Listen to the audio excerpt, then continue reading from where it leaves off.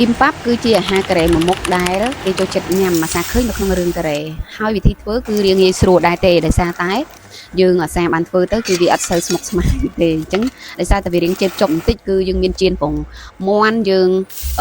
ឈូសក្រូចស្ដាងហើយយើងឆាវាឲ្យវារៀងឆ្អិនបន្តិចទៅហើយចាំយើងយកមករៀបដាក់ចាន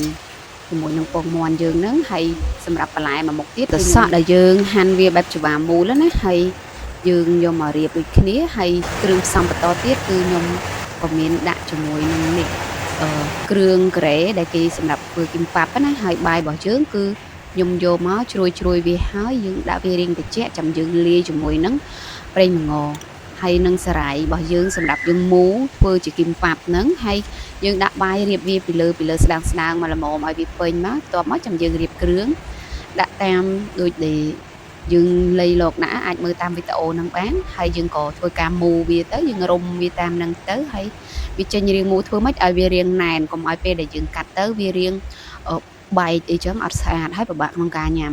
អញ្ចឹងពេលដែលយើងរៀបចំហើយយើងអាចញ៉ាំជាមួយនឹងគីមឈីគឺកាន់តែឆ្ងាញ់ហ្មងដោយសារតែវាត្រូវគ្នា